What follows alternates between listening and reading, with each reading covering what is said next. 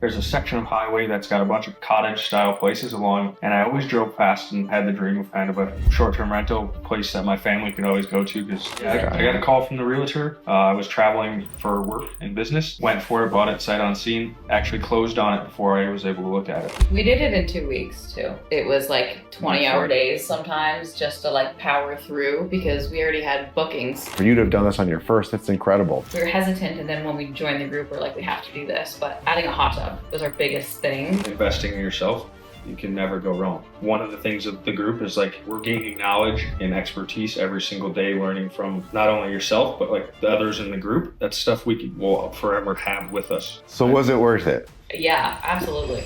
Austin, Mikayla, just been so great getting to know you both.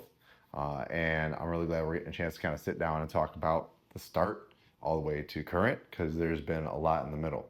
So for you guys, like what made you even want to get into Airbnbs? What was that starting feeling? And what was that moment where you said, hey, we're going all in now?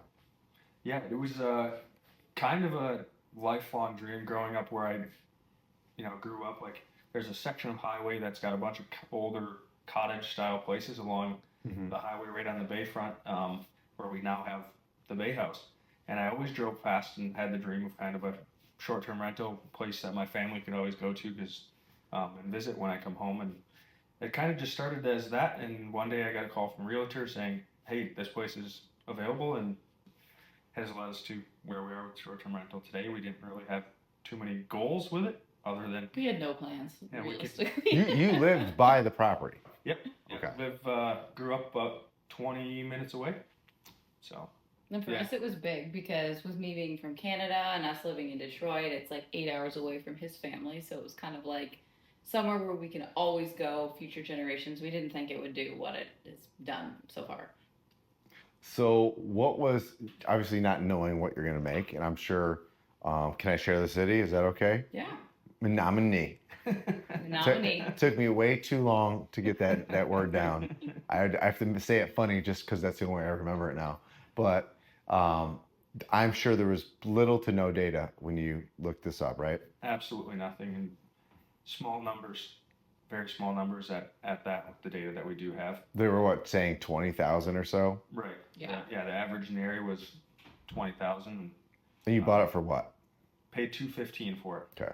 So, yeah, like I said, going into it, we completely looked at it more as like a long-term family thing, and like, hey, we can do short-term rental on the side, make some side money. We didn't really have, expectations or anything of that other than we can make some money on the side and always have that place to go back to. Yeah, it was a hobby when we started, and now it's a business.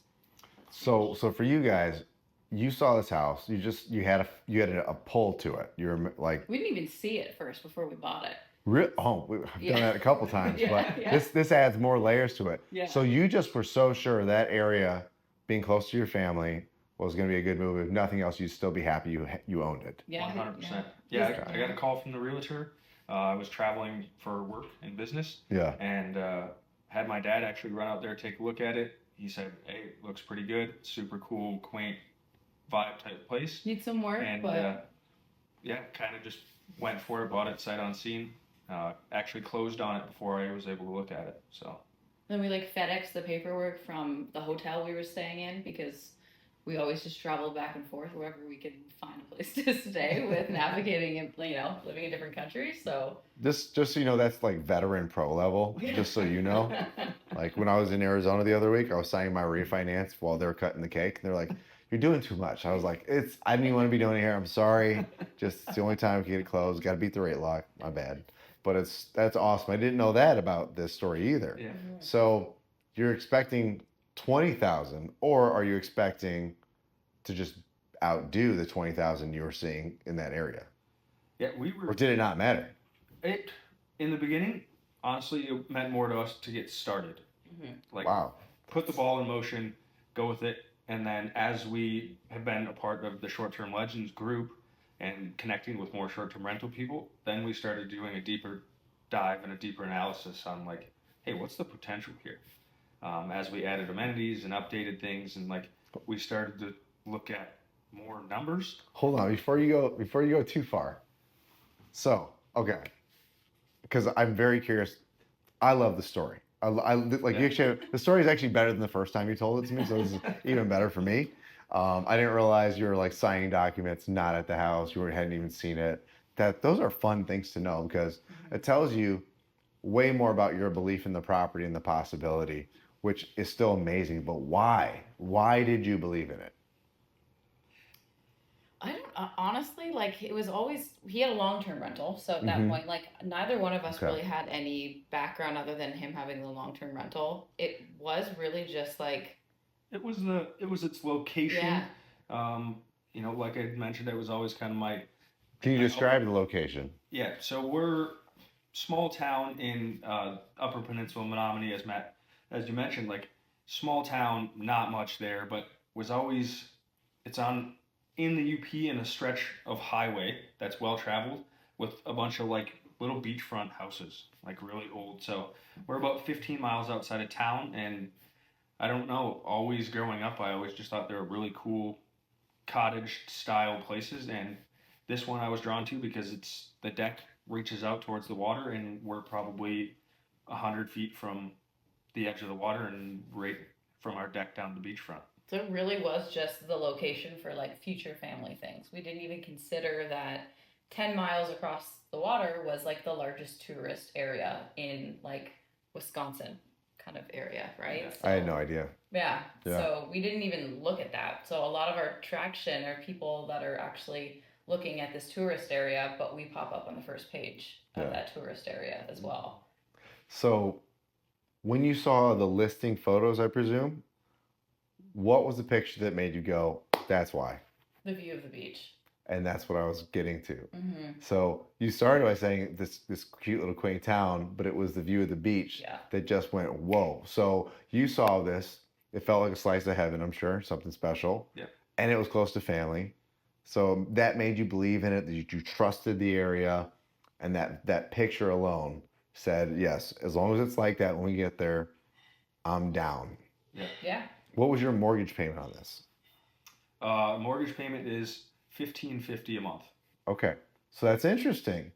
So if it made 20,000, let's call it even $25,000 a year, $2,000 a month, it basically covers it. Yeah. Not well, because you Yeah. still got cleaning costs. Yeah. But okay, so that's how it started. And then you bought this thing. Did you have any rehab to do?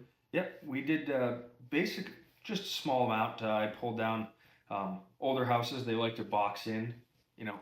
Oh yeah, the ceiling. soffits. Yeah, Yeah, for the doors. bathrooms, the kitchens. Empty space that they just took out of the ceilings. This box will go really well up here. They're gonna love it.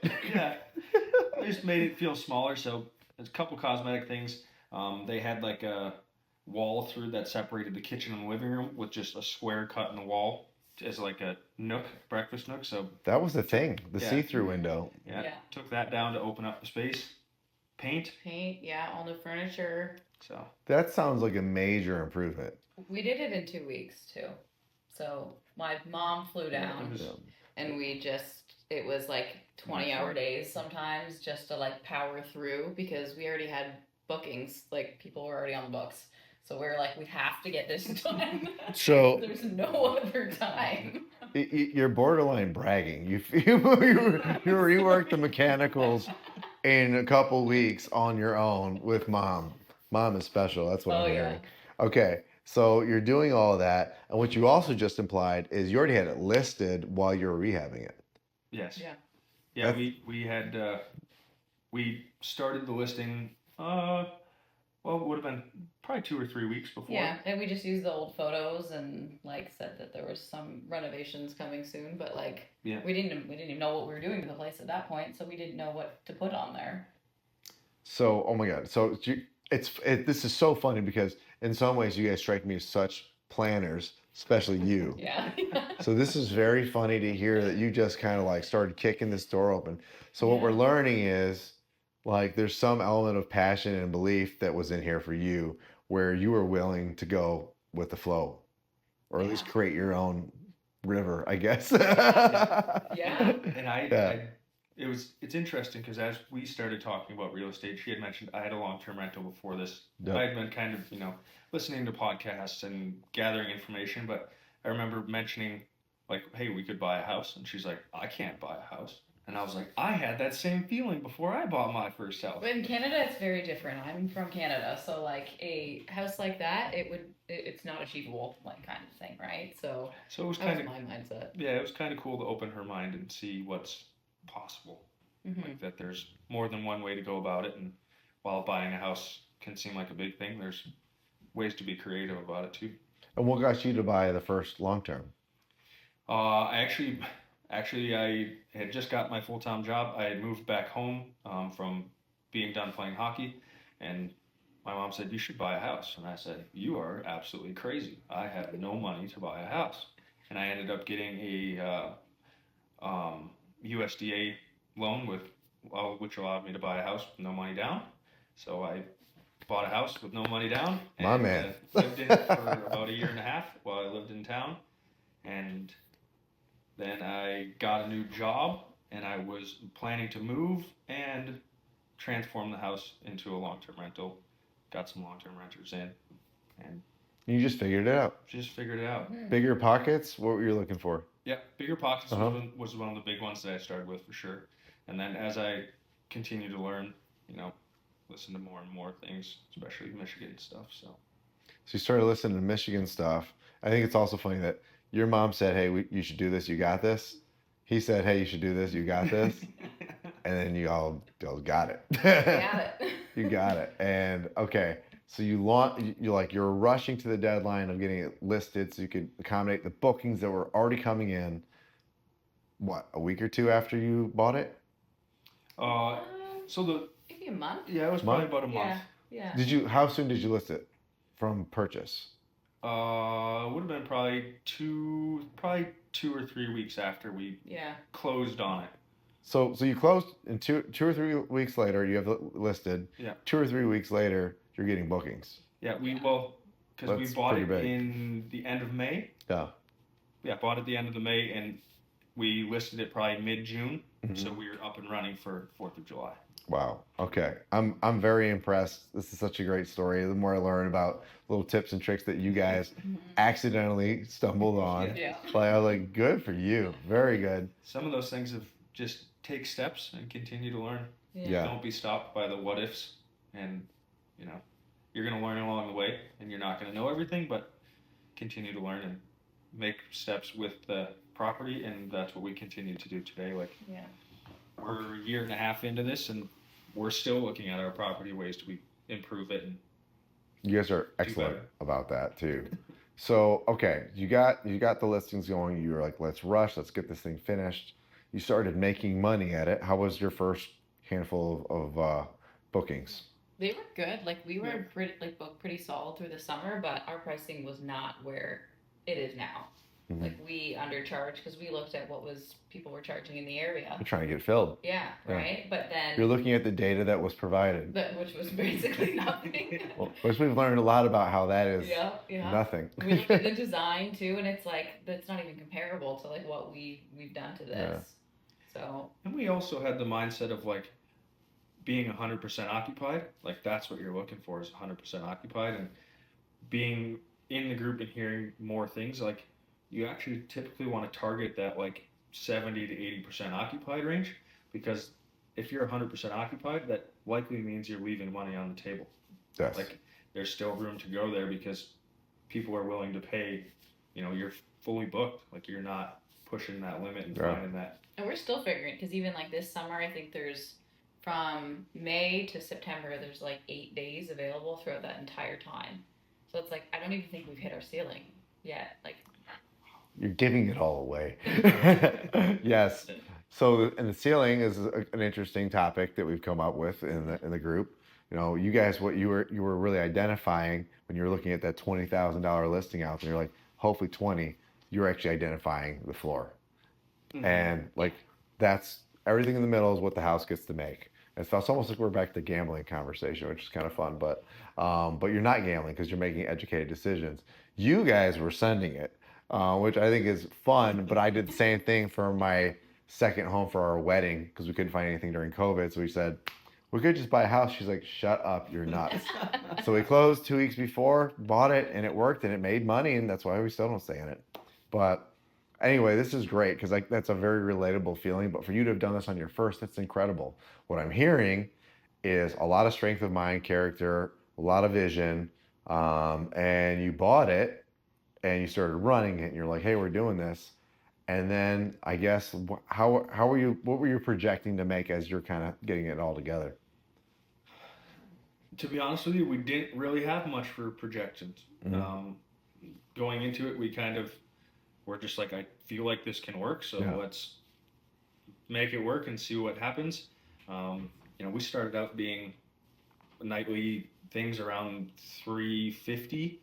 Based on just like what feels right Yeah. in kind of the area. Some, doing some competitor analysis stuff, but midsummer we're above 700 a night for some Yeah. nights now. So like And this is a two bed. this Yeah. is a two bed, Two one bed, bath. one bath. Yeah. Better than my two bed. So it's Yeah. it's been kind of a learn as you go Yeah. type thing. Again, the group has helped us a lot with understanding how to like analyze other deals and analyze other properties and see like what they're doing. One big thing we found with ours is like we found that being across from Door County, which is that big vacation area, was a massive driver for our property, which in the beginning I didn't necessarily consider, but we're, as Mikayla alluded to, like we're showing up on the first page in that Door County area, which is a major draw from people from Chicago. Huge deal.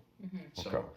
we get tons of people from that Chicago area, which has also allowed us to continue to push that envelope. And so our projections, we didn't really have projections for year one. Like last year, we didn't think that we would make what we made. So at one point, you thought you might do 2,000 a month. Yeah. And you're running it. What was the first month that you realized, I think we're going to do more than 2,000 a month? I think it honestly would have been like August. Kind of on a bit of a high, seeing like, oh my God, this can happen. And then we did get the rough lesson of we, launched in peak season and then went into slow season. Yeah. We're in a seasonal area, and our very first year. That'll wake you up. Yeah, we put money back, like majority of the money we made back into the house to continue to do upgrades and little things like that. So like we had to pay our mortgage for probably 5 months, maybe 4 months. Yeah, somewhere in there in the really slow months Yeah. when we weren't getting bookings. But Yeah. now we don't. We It haven't was like had that. that's like 7 or 8 grand, Yeah. right? Yeah. Which I'm sure at that point was like, oh boy. Yeah. This is kind of like, What are we especially if doing? you're spending all your winnings, so you're like, oh, Yeah. we're winning, we're taking a bunch of vacations. Obviously, we always want to create a reserve, and obviously you had something, Yeah. but the winter can be tough. Now, coming out of that, what were you guys thinking? You're like, we want to keep going for another summer, or like was it like I'm more hesitant, or we just got to be prepared for the next winter? What was your thought there? I think it was just we need to be prepared for the next winter, and we know that like we can raise our rates, right? Because we were fully booked out at that price. We started looking at what people in Door County were charging, and we kind of compared to that instead of like our exact area Mhm. kind of thing. And then we also Interesting. like Okay. added in. Well, we were hesitant, and then when we joined the group, we're like, we have to do this. But adding a hot tub was our biggest thing, and that was what made like probably the biggest change with that first year. We had I can count on one hand how many bookings we had in the winter. January, February, March of this year, we're completely booked in the middle Amazing. of nowhere. Like, So was it worth it? yeah, absolutely. One month alone probably showed you that, right? Up and running, you're getting things figured out, you're going through the seasonal changes. At what point did you start reaching out for more help or thinking you might want to get into a mastermind, or were you even thinking like that? Being an athlete myself all my life, I've had coaches forever. That's the life I have. So it was once we kind of started getting rolling a bit, listening to more podcasts, that I knew I would like to have a mentor in this kind of thing. And one of the old phrases is like, you look at LeBron James, when he made the NBA, he didn't stop getting coached. Like, he's the best athlete in the world, but he still has a coach. And that was kind of when I started to like search out and look for people that we could possibly have as a coach and a mentor and stuff like that. But And we It's had, hard we to, had a place where it was like, we had no one to talk to about it, right? Because we don't come from a background of real estate, our parents don't. So we just were like, we can't just learn on our own anymore. We have to find someone. If we're going to get another one, we want to have that guidance. And bigger pockets, was that a thought? It was a thought. It was a thought. I think the pricing was what we kind of scared there, and then What was their pricing? uh, Or was it speaking to you? Was the offer? no, Uh-huh. I don't remember what their exact numbers were. But part of it almost felt like it was too big and not I get personable. that. Mm. Like almost like a corporate. Like type you'd be thing. back on a Reddit thread. Yeah. Yeah. So while I considered that option, I also wanted something maybe a little bit more personal, where you're not just another number. Mm-hmm. Somebody you could actually work with and talk to, I guess.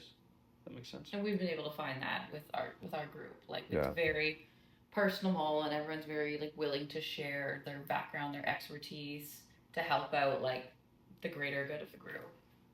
That's one of the things I love about the group, and it's hard to get people to understand that level of people are here until they're in it. Yeah. But I guess what was that pushover moment where you went, okay, I don't know, when did you first find out about us and go, hey, I want to set up a real call and get this thing moving? I had actually been chatting just back and forth with Zoe Berghoff on Instagram, yeah. and Thank you, was just- Zoe. messaging on different things, just random questions, and said I was new to the Detroit area, like knowing she was from Michigan. I was like, do you know anybody in the Michigan area? Like, I would love to connect and get to know more people in the short-term rental space. And she mentioned your name, and that's when I reached out to you on Instagram, and loved that it was easy conversation. I could ask questions, and you'd give me answers like a normal. We were talking like friends. It wasn't like a salesy pitch like, hey, join my group and I'll answer more questions. It was normal conversation. And then I remember telling Kayla about that, and then we jumped on the call, and thankful that she was in the room, because she probably wouldn't have believed me and how well our first meeting went. But Well, I was skeptical. It's like this random guy that you found on Instagram, and you want to like, we don't know anything about him. You've never met Zoe either. This is another random person from Instagram. But I'm like, after we talked to you, I was like, this is a real person. Like, he knows what he's doing. He's got all the years of experience. Like, if we want to grow in Michigan, and that's where we're probably going to buy most of our rentals, because we do like to be within like driving distance of them. Like, this would be a good option. yeah. So we get on the call. Obviously, this is one of our first exchanges, and I'm like, wow, this is a really cool couple. I'm liking you guys. It's just an easy conversation, and I already know, I'm like, these are the people I want in our group. You were sharp, you were proactive, you were showing me that you're already doing things. I had already kind of realized we can probably do things to improve what you were already at, and I was like, this could be good for all parties. And at that point, for me, I was pretty sold. I was like, I want to make sure you guys got into this, because I could see this is going to carry you on much further. And we'll get into what we're talking about these days soon. Yeah. Yeah. But for you, being more skeptical, what was the thing that made you feel like this is real? Having like that Zoom, like actual face-to-face conversation, and answering kind of whatever questions we had. It wasn't like you were just trying to pitch us and sell to us. It was like real conversation. I know it was like a 20-minute conversation, but it ended up being like an hour and a half. So Kind of common, typical, Yeah. as you've learned. But like taking that time out of your day to like answer any questions that we had, and then like kind of sharing some of like what your background is, some of the results that your students have had. It was an achievable price. Like for us at that time, it wasn't like astronomical, and we're like, if we want to scale, like you have to put some money out to be able to learn new skills. So it just felt like the right fit. Absolutely. Like kind of same, like only a bit older than us, like married. We just kind of vibed well, I think. Okay. So, and I know price is always a concern for a lot of people. So for you guys, would you say it was worth the price or a multiple of the price? I think it was 100% worth the price. Even looking at what we've been able to apply back to our short-term rental, our return on investment to be a part of this coaching group, and where it's going to lead us. Like I always think investing in yourself, you can never go wrong, you know. And one of the things of the group is like we're gaining knowledge and expertise every single day, learning from not only yourself but like the others in the group. That like that's stuff will forever have with us. What's always an asset of what we will have ourselves. So Yeah. I think the investment was well worth it. And we've met like people that we never even considered partnerships before. Like Yes. it was scary. It was scary, right? I'm like, we're gonna partner with some random people that we've never met, but now it's like there isn't anyone else that I would want to partner with because I see what they've been able to do. I see that we have the same systems, we have the same conversations. Like, you know, that's changed our perspective on that immensely. And we've been able to meet friends that we've never met in person, but we're like so excited to finally meet in a few weeks at the retreat, right? So. Oh yeah. And all of that really tracks because as the communication continues, as the relationships keep becoming fostered, you're weighing certain ideas and thoughts and worries against others. You're seeing how some people are problem solving some issues. Some people are coming up with the most brilliant things. And you're like, wow, that's a really great take on that. Mm-hmm. Some people you go, I thought that too. Here's something I can help you with. Yeah. And that's what's cool is I don't think anybody's coming in there with a chip on their shoulder or thinking that they're the best in the group. And because it's just not how we lead. Yeah. Like same with what I do. Like as a coach, here's what I'm really great at. Here's the things that I'm still working on. Here's the things that I'm never going to tell you I'm going to be good at because it's just not what's going to happen.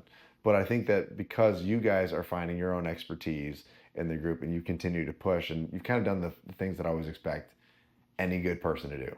Like follow your path, be kind, be courteous, help out where you can.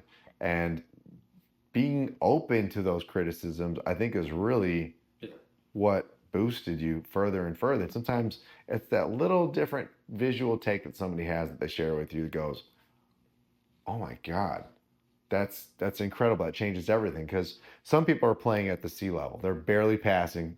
That's it. And they can go join a group. They can find the right person to connect with, and they might become a B player. But some people are playing, you know, as A level players, and they're getting a 90. Yeah. And to go up to like from an A minus to an A, that 3%, that is a heavy lift for that 3%. But I'm seeing that 3% change in some of you guys going from B's to A's and A pluses. And that's where I get very excited. We can take anybody from a C to a B player, most people from a B to an A. But to get to an A, like a solid A, that's incredible. And I'm seeing that come out of you guys. And it's funny what coaching has taught me over the last 2 years is I was so big on partnering. I was big on like meeting other people and going, I'm going to find what you're great at and and this and that. And then these lighthearted, joking talks of we should all partner together started happening. And I thought that's stupid. I shouldn't be partnering with people that I've coached. And luckily we have the lifetime thing. And I was like, those are the people that have kind of ascended to a new level and have done the work. And I know that they will actually do what's necessary to be a successful entrepreneur and a real estate investor.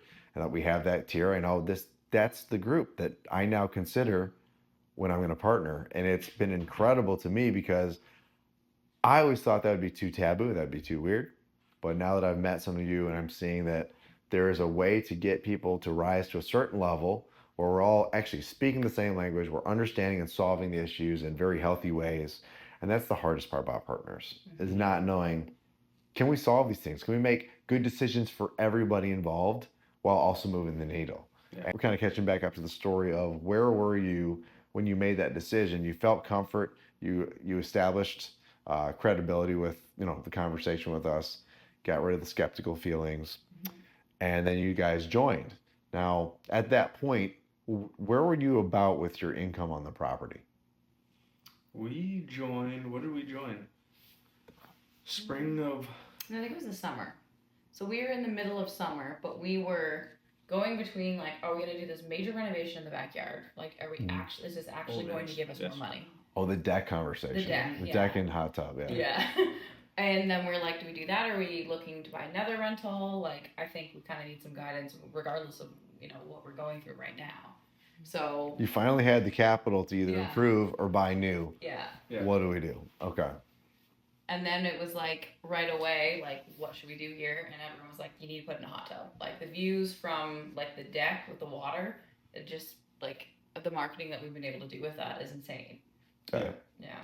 And I think the group really helped us shift our mindset of like being in a seasonal area. The summer is typically going to sell itself. Mm-hmm. You need to draw focus to the winter months to eliminate some of that seasonality. So I think that was also a big push from the group, that like kind of a shift in the mindset of like, you know, immediately you think going into a seasonal area, you're like, ooh, I got to really focus on summertime, Yeah. make summer the best. But you almost have to like shift your mindset a bit to average out the year. Yeah.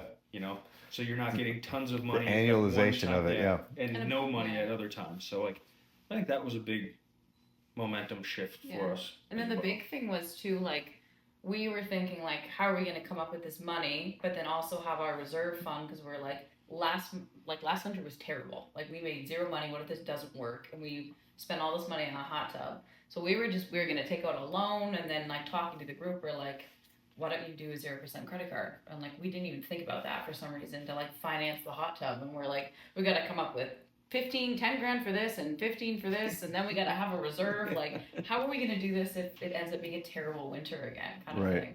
So like I remember having a conversation where it was like, have you thought about a 0% credit card? And we're like, no. Like, You got a year and a half on that one? yeah. Yeah. That's awesome. So you did the year and a half, 0% interest credit card. No, yeah, 0% until as long as you pay it off between Yeah. that period.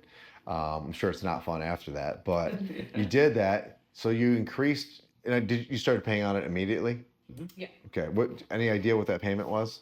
It's about $450 a month. So you financed it for $450 a month. You're going to pay it off within the year and a half. You probably have, what, a year left? Yeah. Yeah, 6 months till January. Okay. So it'll be paid off, but that extra $450 a month, how much more revenue did it bring into you per month? Looking at some of our stats, last year, which we would have been 6 months into the rental, first winter, discussing when we had to pay for it, compared to this year, we've made $14,000 more in January, February, March this year than we did last year. Do you attribute that 90% to the hot tub? 100%. Yeah. 100%. So, and how much was the hot tub? Hot tub was 14 grand. 14 grand. So you made your money back within a year. Yeah. Yes. Okay. And you didn't have the freak out moment that you did last time. Yes. Okay. Mm-mm. Cool. And the business was able to pay for itself. That's awesome. all Yeah. winter long. We haven't had to put anything out of pocket like this year at all. So That's amazing. So last year, I feel like, so you originally said, okay, before on the journey start, you're like, we should be able to do more than 20,000.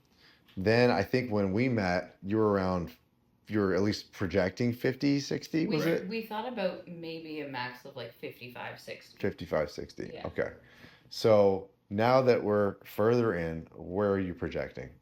So year to date last year, it ended up, that was only with 3 months of having the hot tub. We ended up getting, I think it was 76,000 is what we reached. And Almost then- 4 times what the data showed. Okay. And then Nice. we're projecting, because with the added hot tub in these first few months of the year, probably closer to 90. That's amazing.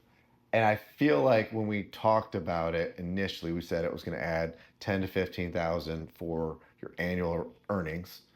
And I think that we said you'd probably hit 80, but you're actually getting closer to 90. Mm-hmm.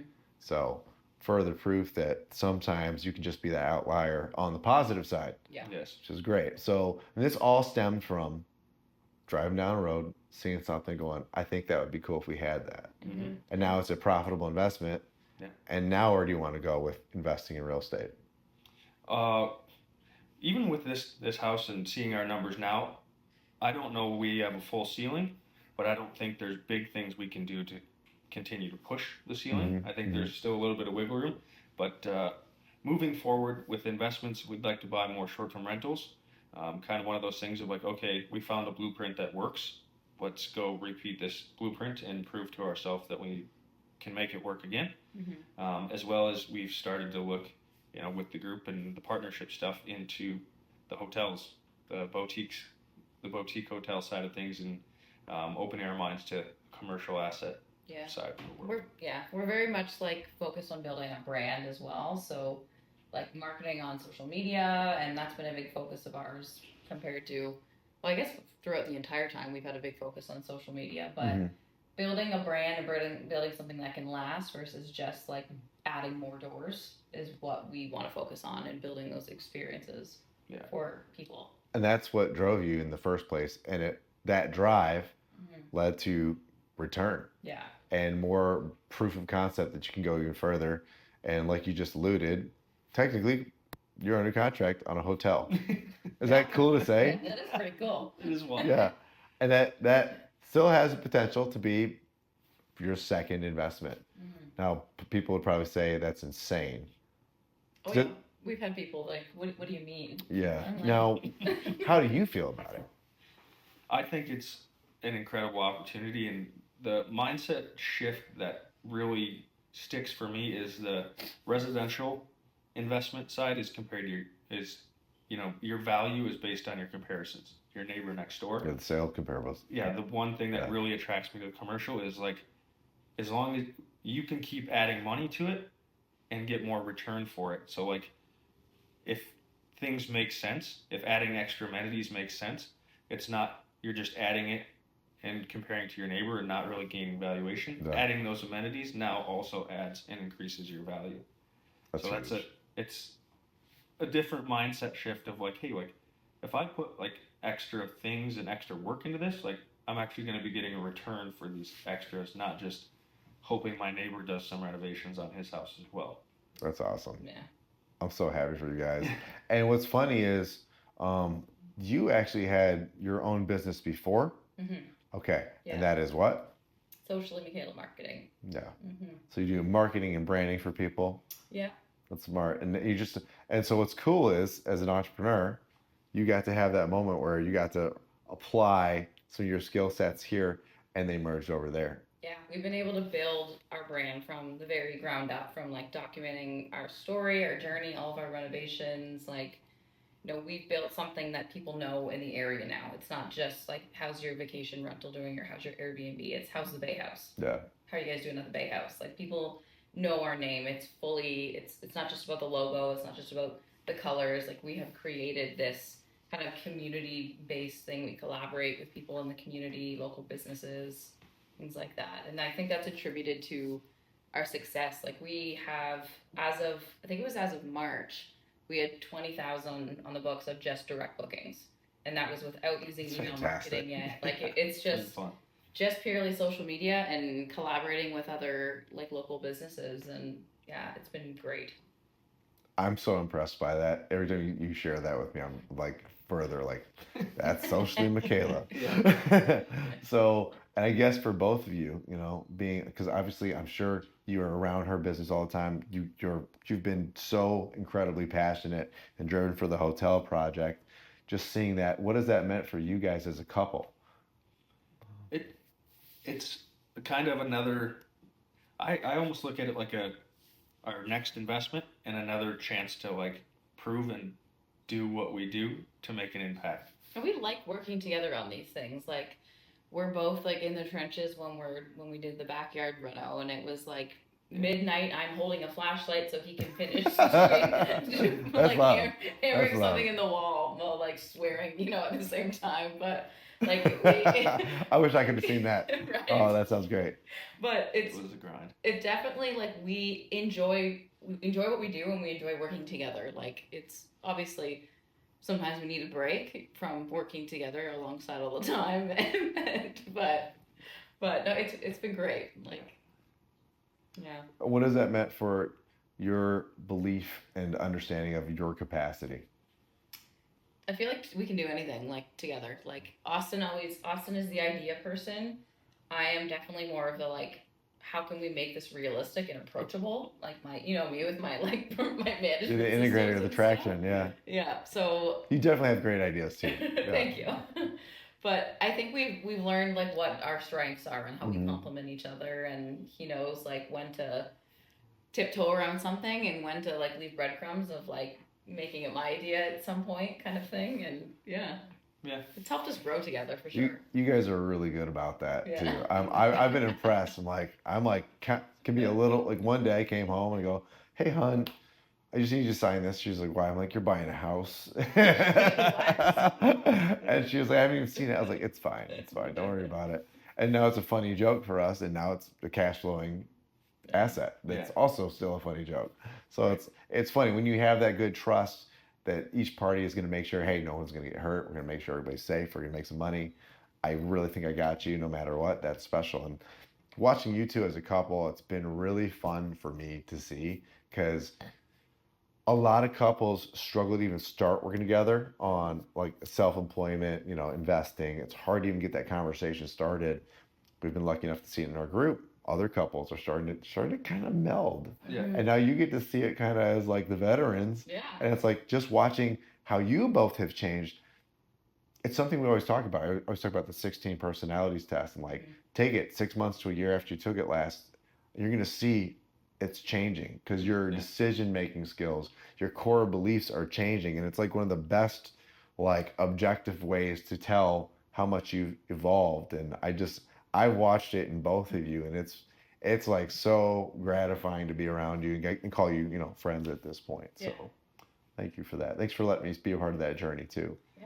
Going back to your bookings, have you had any bookings that surprised you?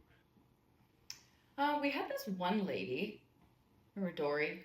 Oh, yes. Yeah. So she booked a stay last year. I think it was for like 10 days or 12 days or something, and it was right after we put the hot tub in. Mm-hmm. So we're like, oh, we're already seeing bookings come through. She falls in love with it, right? And she books for March of this year for another like 12 or 14 days. And we're like, it was like a $3,300 booking in March. And we're like, there's nothing to do in the area. Like, this is wild.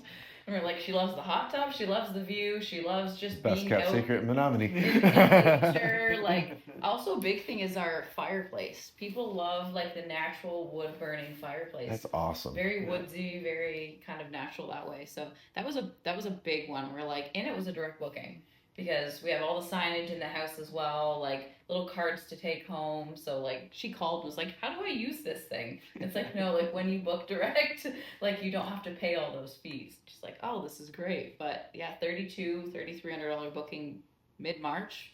Like, that was great. Yeah. That's amazing. Mm-hmm. Expenditures are about 20 to 25,000 a year to run it. Wow. Yeah. And you're probably gonna hit 90. That's the goal. Mm-hmm. I'm so sorry. so sorry. Decent net. And what that one property, what does that mean for you when you make that much like income? That we can buy our next one. Yeah. That's what that means. Like cash flow, savings. Yeah. Like we are all in on this now, and like I'm able to be remote with my business, so that works well for me. He travels with his, like we're able to work it in with our current lifestyle. And we don't have to pull from other pockets or get loans out, things like that. Like, we're able to just continue to build. It's amazing. Like, we haven't paid ourselves anything from the Bay House. It's just continually, like, going back into it. Yeah. Continuous improvement on that. Yeah. For sure. Which is funny because that's also pushing that upper threshold, the ceiling that we haven't quite established. Yeah. Mm-hmm. What is the best a 2-bedroom can do in Michigan? Potentially just Menominee. Yeah. Your house. Your house is probably going to be the answer, which I'm very excited to see. At an age where we want to have kids in the next kind of a couple of years, so I don't want to have to send my kids off to daycare all the time. Like, I want to be able to be home and raise them and not feel pulled into a direction of going to a 9 to 5 and not being a part of all like the milestones and things. So I think that's like the biggest push now is like, let's get all of these, let's just keep going. Because then we'll be able to have that life that like we've always wanted to have with our family. It's funny because we kind of took a similar route. We almost all my cousins, they all had kids, early 20s, maybe even in their teens. Mm-hmm. We were in our late 30s by the time we started, and financially, great. A little more exhausting, but definitely more exhausting. But we're still like, we also can't imagine what it would have been like to struggle through that in our 20s. And props to anybody who did. My mom did. It's a tough thing to do, but the trade-off is energy. Yeah. So Yeah. I think whatever you're doing right now, it's great because numbers wise, we're talking over 5K net months for you guys. Then that changes finances for a lot of people. Yes. And I think on top of that, that's the cash flow. Like you bought it at 215. Mm-hmm. What do you think if you sold it today? What would it be worth? Whew. I would say Well, okay, what would you not take a dollar less than? Maybe that's a better question. Is there a number? I'd honestly, I don't know. 275, 280. You would take that? I wouldn't take that. I wouldn't take less than that. Okay. Yeah. I What wouldn't. would you take, Mikayla? I just would never sell it. I don't want to sell it. It's like we bought it to basically have as our own space when we go back home. So like, And 60K net a year is like right now it's hard to net 60K on that potentially. Is yeah. it worth it for 1 year if you're gonna get it in that next year anyway?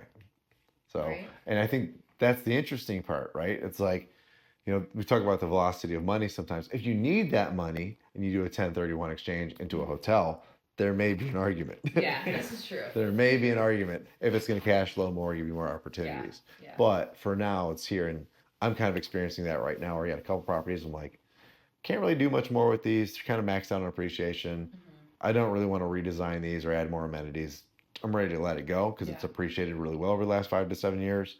If I put that money into something, that will be way more worth it to me because I'm over this house. Yeah. So I'll tell you a story about why I chose to refi with prepayment penalties that I know I'm going to be paying later on. But anyway, and taxes. Oh, this is a good one for you guys because I think you spearheaded that, right? Mm-hmm.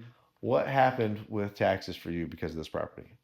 So through the group, never heard of it before, but we did a cost segregation study this year and was able to then, in turn, through the short-term rental loophole, apply that back to my personal taxes, and it gained my return this year was about 3 times the return I've ever seen any other time because we were able to use the short-term rental loophole to apply that to my personal income.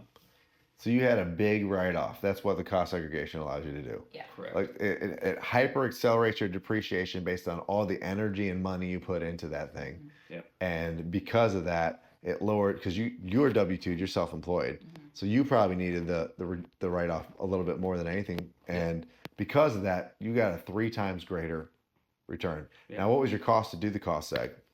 You don't have to share this all, but Yeah, no. Cost seg, we did. We had a couple different options, got a couple different quotes on it, and we ended up going with the most expensive one that we found, which was $3,200. Kind of based on some of your feedback of like, hey, if you try this expensive one and it doesn't work, then you have cheaper options in the future that you can go with. And but if they knock it out of the park, then sometimes it makes sense to pay a premium. Sometimes. Yeah. So went with that one and ended up getting about $63,000 in taxable write-off through that cost segregation study. And that would, of course, change against your W-2. It would lower that liability significantly. Yes. And if you only have to pay that remaining percentage, there you go. So you probably dropped a tax bracket or two. Yeah. Wow. Yeah. I think we applied $45,000 from the Bay House onto my personal. Worth $3,200. Yeah. Yeah, a little 10x plus multiplier there. Yeah, good job. Well done. I'm so glad. In fact, I got to do that on my Derby one that you guys have been to now. Your ability to handle those issues is probably stronger than it's ever been. Absolutely. And the group has allowed us to confirm our knowledge, right? Like we're not just going based on what we think. Mm-hmm. We're now able to go and compare that to what people in the group are doing, also talk with them on what they're doing or seeing. And now we have, instead of just our own belief and our own understanding from our one property, we have validation from the 8 other people or 10 other people that are currently in the group that like what we're doing is working, what they're doing is similar and is also working, making us more confident going into future deals that like what we're doing is the right thing to do and it makes sense. And I think another big thing is like knowing how much amenities have such a big impact, like we won't wait another year to put a hot tub in. We won't, you know what I mean? Like we're not as scared to take those kind of risks. For us, it was like, how do we know if our cleaner's gonna be able to do this? What if there's gets sand in the hot tub? We're on the beach, like everything under the sun. Don't even like, talk about it now, do you? No, now it's just like, hopefully it's fine. Like, you know, we've trained our cleaners, our boots on the ground team. Like they're great. Like, so we don't have to worry about that. Our talk last week is not about sand and cleaning anymore. Our talk last week was how fast can we push these people to build 3 cabins and an indoor pool? Yeah. Yes. Like to go from I think I should buy that at some point. I drive by it all the time. To trying to build developments. Yeah. Like that's where you guys are. I'm rehabbing 12 units, building buildings, and I'm not taking no for an answer. And that's where you're at. Not like it's an incredible transformation. There's some times where they either really changed an outcome or helped you like find confidence in your next move that you might want to share. Yeah. The biggest one was validating adding a hot tub. We had some friends. And why is that scary? Why was it scary? Because it's a the biggest thing that was scary is like it's a decent investment to put a hot tub. Because we didn't buy the cheapest one. We bought like the most, basically a pretty expensive one. The bullfrog. Yeah, the bullfrog. Bullfrog spot. But the scary part was, are you going to get a return on your investment? Like, is this actually going to be worth spending the money on, or could you allocate that $14,000 somewhere else or into another house? And you did that going into the slow season. Yes. Which is like you were already afraid of that. Yeah. Yeah. So like, so your fear is like growing, and then you're like, you know what? Let's throw 14K on that fear. Yeah, like, pretty much. and you did that, and then it literally was like, game set match, no more issues. Yeah. like, Like our biggest thing was like finding, like, honestly, like 0% credit cards. Like we never really thought about putting the entire hot tub on here and like it actually being feasible to like make it through the winter and not have to pay out of our pocket again. But like if we weren't in the group, then we probably wouldn't have done that. We wouldn't have had the confidence to see like what you've been able to do, what like other people have been able to do with the hot tubs and in our group and during the off season and like, yeah. And as well as, you know, talking to our family and friends that don't run rentals and seeing kind of their breakdowns of like, I don't know, but talking to people that are in the short-term rental industry have, you know, some proof of hot tubs being an amenity that drives was huge for us. It's funny, like my dad was like, he was so against it. He's like, it's just gonna cause issues. There's all the sand. Like he's had a hot tub his whole life, and he's like, you guys are nuts. There's no one there to take care of it. I don't think it's a good idea. But we did it anyways. And now my dad has now said to us like, I was wrong. Like seeing our numbers. Did you record it and like play it back a few times? I did, but I should have. I was wrong. I was wrong. I was wrong. Like, keep going. There is something stupidly satisfying about the people that told you no, and then, yep, I can do it. I can do it. I can do it. And just, you know, you guys are more living proof of that. In the process of you guys doing the hot tub, you were also working on a deck. And you're trying to figure out layouts and everything. And I remember you sharing that with the group. And, you know, there's one more thing I want to hit on because you just said it too. The 0% interest credit cards. When you hear people talking about credit card use, what do you typically think? Like I'm using credit cards. I was raised very much like you don't use a credit card like to get points and things like that, but you don't overuse it for things like you don't actually have money for. So like I've had one credit card since I was 18 years old, and that was it, right? So for me, I was like, I don't want to have multiple credit cards. Like it's starting down like the spiral of like not great, you know, financial stability. So that really changed like my perspective, and even like talking to my parents about it, they're very much like, is that a good idea? You know, just going into that topic. But it's definitely changed our perspective of like how to use the bank's money or how to use these things to our advantage so that we can get ahead. And that's exactly it. The concept of, is there good debt? And there definitely is. And when you use it responsibly, you can have a major win. And I think that most people, because I used to be told, I was told this by other people I got mentored by that weren't great. They said, just use a credit card, just put it on a credit. put your education training on a credit card. And I was like, that's insane. And it's funny because I know people that will do that. Like I've had people in our group do that and go, the key difference is when you're actually going to get a good result and or product. Yeah. And it's hard to know and discern that. And that's what we're obviously trying to figure out. And I think the reason that you went from like generally conservative approach to credit card, and the reason I kind of grew up around like chaotic, poor misuse of finances, why I also have a negative connotation with debt use, because I was not always like this. I was fearful. I was afraid to invest, which is crazy probably sometimes. Yeah. I was, if you would have met me before I bought my first one, you're like, this guy is going nowhere.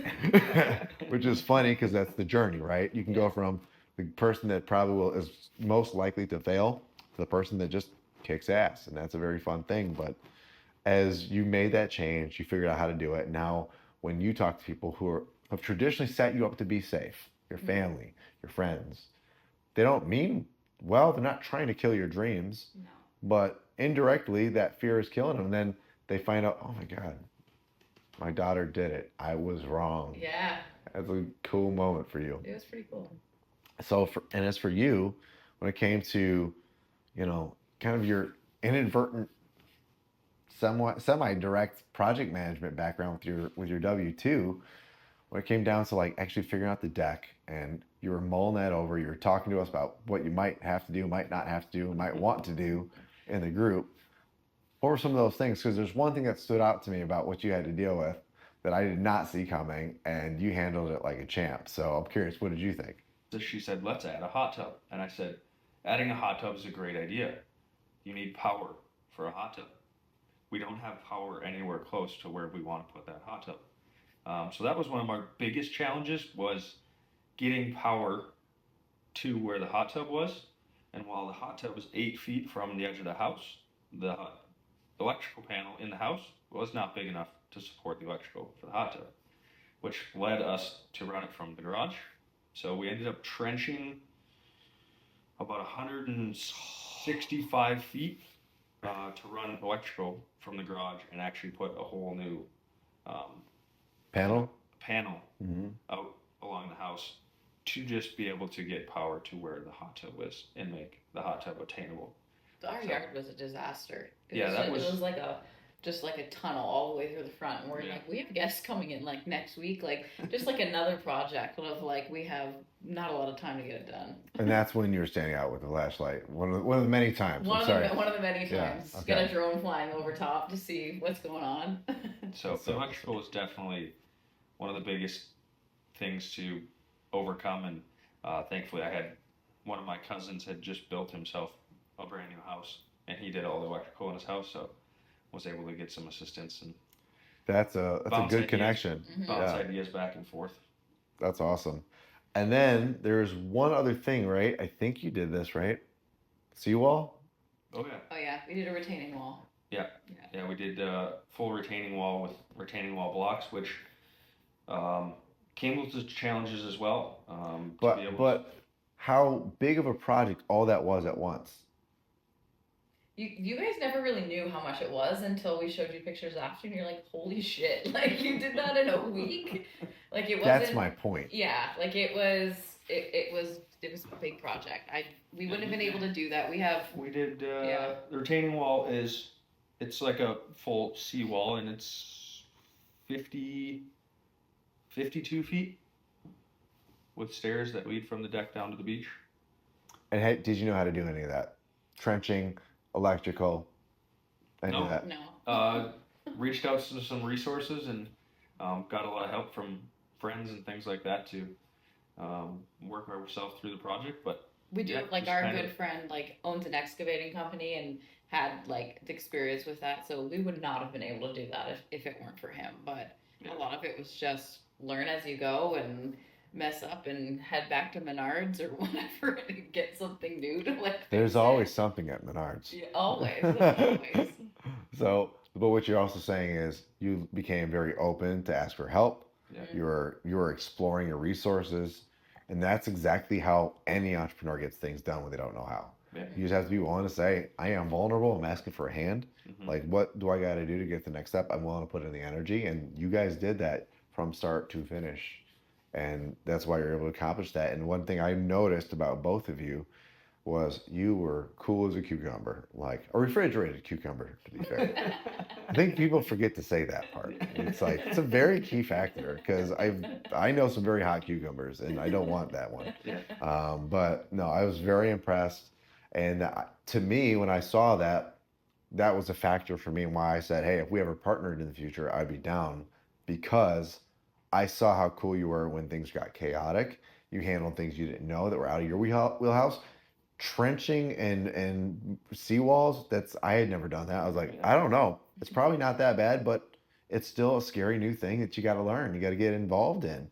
And it's like, yeah, we've lifted houses for foundations, but seawalls were different. I've never done one. I was like very impressed. And it was going through projects like that, you're going to have your ups and downs. Renovating a house, you're going to have your ups and downs. One I kind of chuckle with, before we even got started, like we had to rent an excavator, and my dad was going down to pick it up from the rental place, thought he had a big enough trailer, got down there, and his trailer could not haul the excavator that we got. Mm-hmm. So before the project even started, I had people lined up to show up the next day to use this excavator to help us trench and do all these things. And I was faced with an obstacle of, we don't have a way to get the excavator here. I'm like, well, figure it out. So we ended up, that was a extra, $500 charge that I didn't expect to spend, but coming full circle, we ended up being below our budget of what we had intended for the project. But it was one of those things that, like, you just take it with a grain of salt and say, okay, that didn't work for him to pick it up. How can we get it here? Yep. And kind of continuously overcoming different obstacles, because while we'd love to have everything go perfect, it won't. No.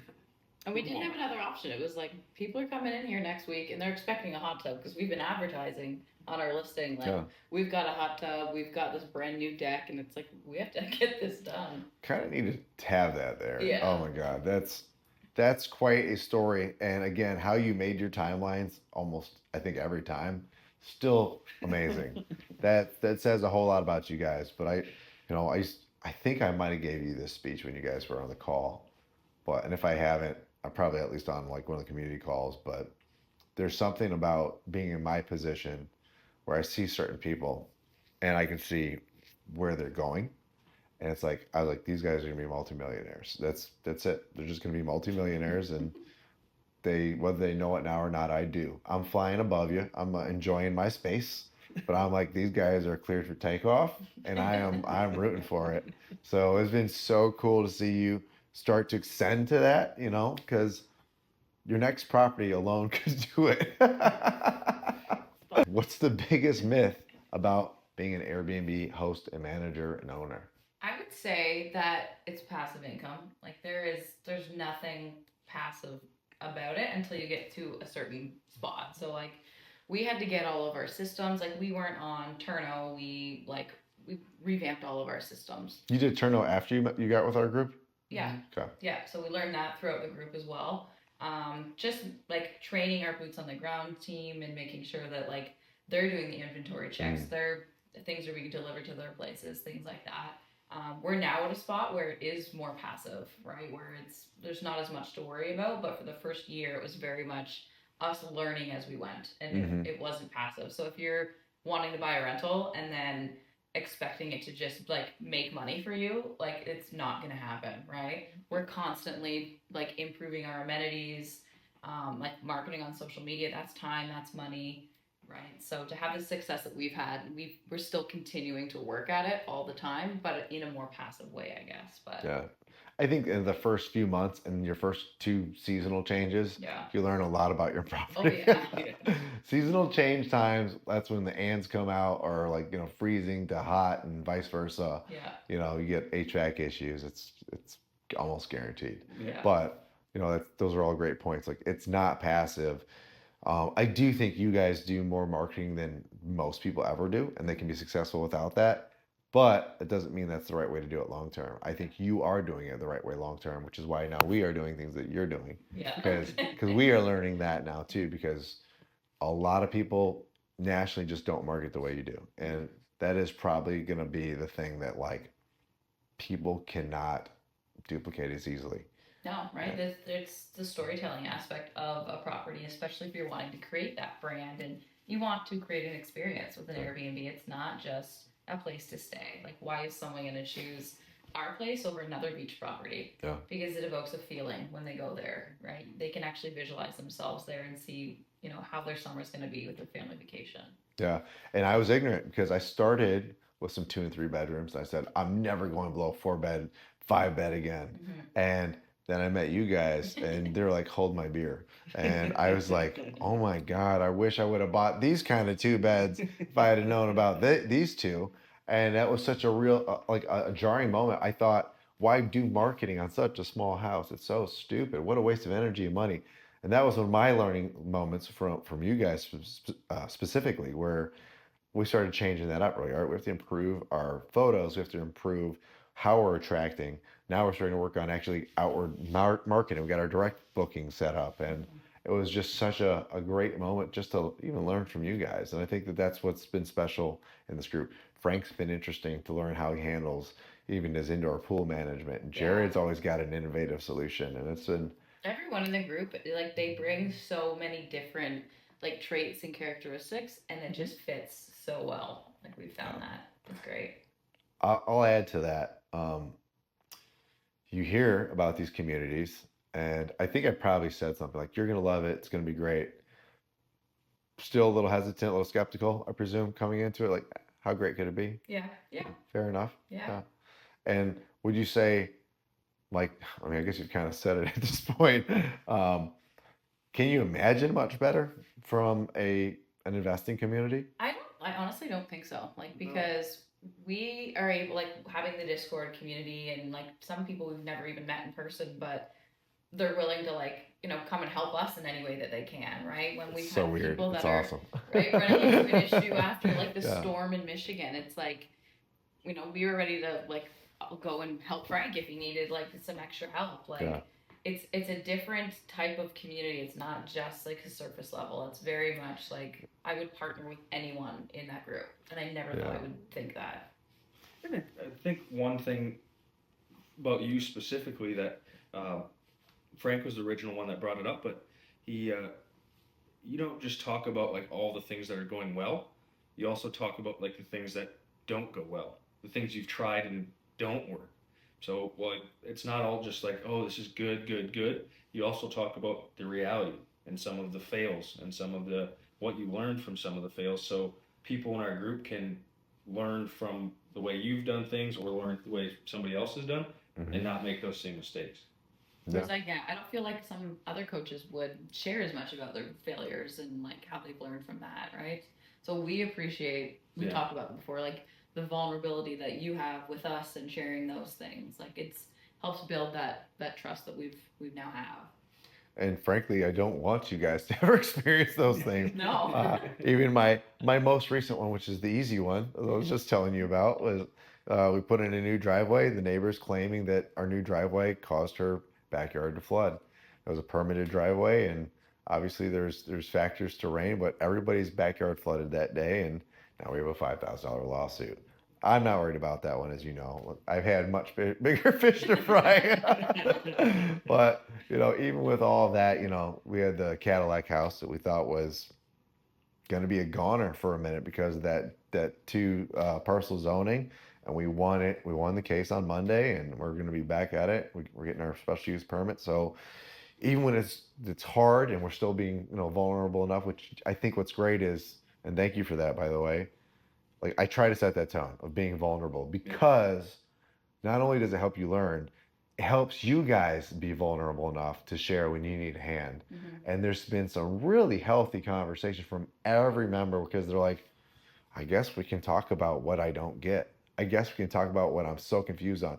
And sometimes I don't know how to respond to this guest. I don't know if this guest is a fake guest. I don't know if this guest should be trusted. I don't know if I'm even thinking about this right with my partner, or Yeah. Is this even a good deal for me? I know you guys are saying it's great, but why am I not feeling it? Mm-hmm. And if we can't get them there, then don't do it, because we never want somebody to invest in something that's not good for them Yeah. or their families, right? So the vulnerability is kind of a superpower our group has, and Yes. if one thing I did right was do that for you guys, then I'm thankful again for the reminder. So thank you.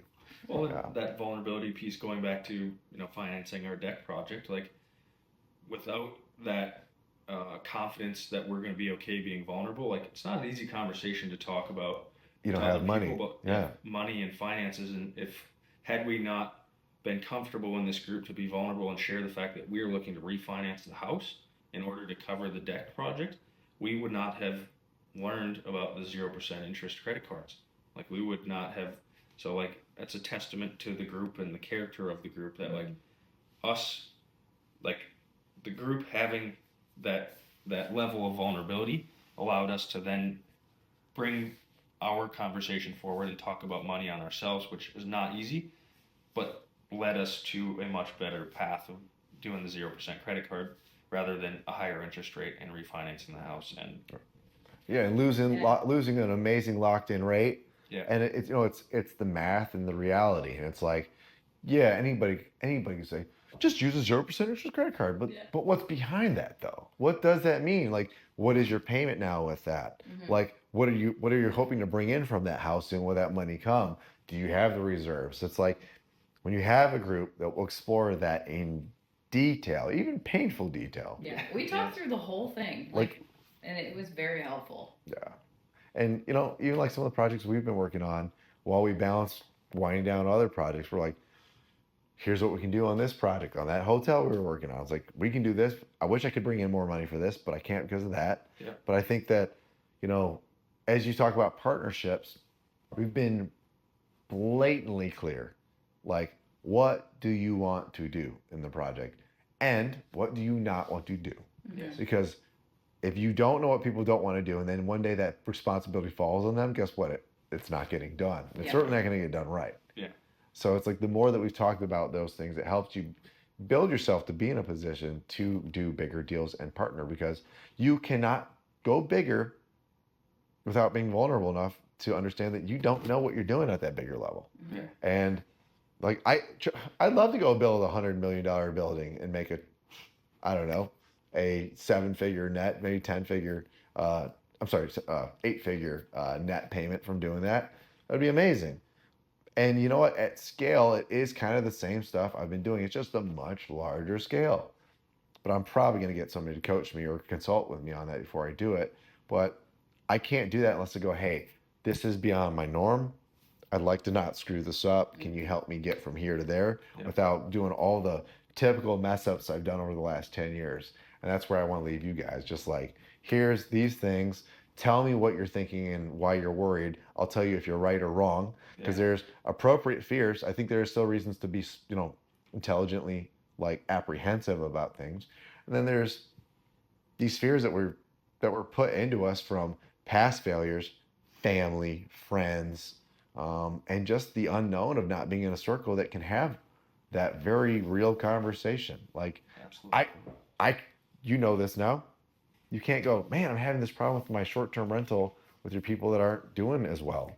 Mm-hmm. And they don't care about your problems. No. They don't. No. And you have to find that community, and that's where I think it just gets very special. Yeah.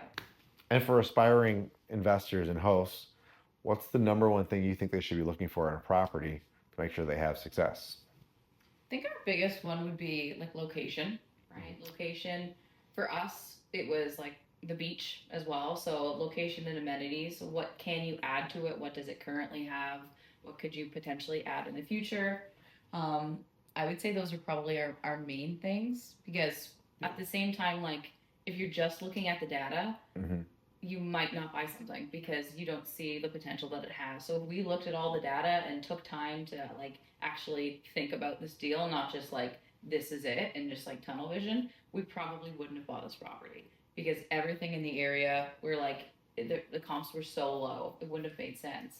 And what was the key market in your area? The primary market that has the drive that you said is like 15 miles away? Door County. Door County? Yeah. And what's in Door County? So Door County is like, It's just a major tourist lake town. A lot of cottages for members of Chicago. So it's one of those in the short or the real estate world. It's a drivable market.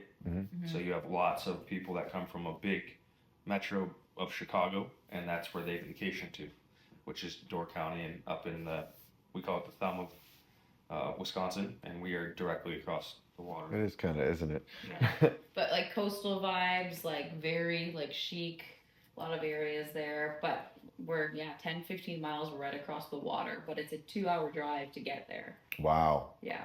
It's a 2-hour drive. So we've had people that have booked our place thinking that they're in Door County and have canceled, and that's just, unfortunately, we have had that. But we have had other people that are like, we usually go to Door County, we came across your spot, and we want to try something new. That's so cool. Yeah. So there's something we talk about being in secondary and tertiary markets. You're borderline too far to even validate that. Yeah. But there is something that we learned about the 2-hour drive. There's something about that range of 2 hours for most people when it comes to driving from one thing to another that still has value, because it's just past that hour where people are like, I don't really want to come back tonight if I don't have to. Yeah. And in about 2 hours, like, yeah, I'll definitely stay here. Yeah. Because 2 hours there and 2 hours back in the same day, that's a half day of driving. You're just like, I don't know if I want to do that. But I think that that's really interesting that it worked out, but you were able to pull from across the pond in a sense. Yeah. And, I really hope you get your neighbor's house for what it's worth. I know you've been eyeing it and trying to have that conversation. That'll be a big win. Yes. So we've talked about vulnerability, and sometimes this is a tough question for me to ask, but what has been most valuable about what we've offered with our deal analyzer, with our software potentially even coming out, the group, the community, and even directly for me, my experience and how we've helped you? Is there anything that is noteworthy that you want to really see us continue? In leadership, they talk about start, stop, and continue, and it's also a very vulnerable conversation to say, what do you want me to keep doing? What do you want me to stop doing? What do you want me to improve on? And, floor is yours. I'd love to hear your thoughts on that. For me, one of the biggest things that the group has taught me is to believe in your mindset and believe in yourself, that what you're learning is valid. And I would go back to the vulnerability piece, trusting your gut and being open and being surrounded by a group of people that are going to be there to support you. You've done really well with the support, and anything anybody in the group needs assistance with, you're willing to lend a hand. Yeah, that's a big one. And then I I feel like another one would be analyzing deals. We didn't look at the numbers. We didn't know what to look at. We didn't look at comps, the actual back end work to finding a good deal. We had no knowledge base of that.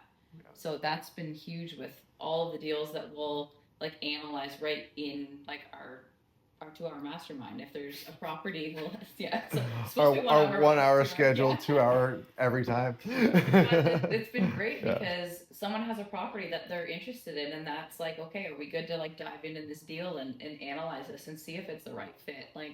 So we're not going in blind. It's been huge with you having the real estate background and you being a broker. So from the very beginning of us finding a property, you're there to literally help us make sure, do our due diligence, but do what you can to make sure it's a good deal and follow us through to help us with what questions we have, especially with the property management experience. It's just a wealth of knowledge that we had never thought we would have access to. Well, thank you for all of that. And I'm glad I can be that for you, because like I said, the more experiences all of us continue to have and share, we all constantly grow, and I'm not done growing. I know that. That's why I continue to push the envelope on what I'm doing. And simultaneously, in that joke about, I want you to start off where I most recently was after 10 years, I'm trying to get my second or third hotel right now, and your second deal is there. Yeah. So I think that's pretty big proof that you're starting off pretty much right where I left off. That's passing the torch in a big way, and I'm very happy for you. And again, just seeing the thought of from the moment the offer was going out there and should this even be a thing to like now what's happened in the last 8 weeks of just being under contract and due diligence, like you see what needs to happen now. And you're like, this is possible, this is possible, this is possible. I need people to straighten up and get my numbers to me. Getting these, you know what the real problems are. It's who you got to wait on. Yeah. But it's not that you can't do it. It's not that this is out of your wheelhouse. Like now, it's like the sky's the limit, and it's again, what's the new ceiling you're gonna discover? Right. So you're in this discovery of ceilings and limits, and that's the best thing we could all hope for. So well done to you guys. Thanks. Yeah, thank you. The end. The end. Bye. Cut.